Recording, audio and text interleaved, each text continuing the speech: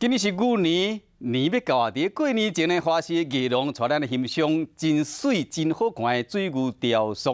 捌伫过即个中山文艺奖的即个王秀记老师，即个海内外真出名，是一个真杰出的雕塑家。今年70岁伊甲因太太做创作甲展览，结合即个雕塑甲绘绘作品，毋但呢有即个生命力，嘛展现出创作者对生命的观察。手提观光刀，绘刀啊上屈势，太太伫咧边啊弄鼓，美丽骹手看袂出已经超过70。国宝级雕刻师王秀记和太太周金霞，一个爱雕刻，一个爱插花，这对翁仔姐熟识60年来，头一摆做伙举办展览。和我太太一起来，联展啊，这是终身啊，可是第一次也是最后一次。听因咧讲话，互人看会出因的感情长甘蜜甜。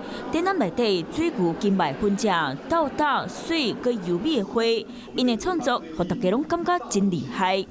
照着写怎么样？我王发。手提一字机，展览正气庄严的观光，是王秀记真敬重的历史人物。不管是水牛，或者是观光，王秀记翁仔姐的作品，灵感是为生活来的。艺术就是技巧加上思想嘛，哈。那技巧是透过训练，透过学校的教育，透过训练，透过学习。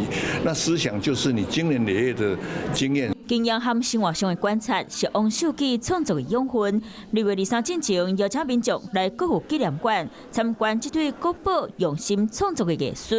良知、谢谢。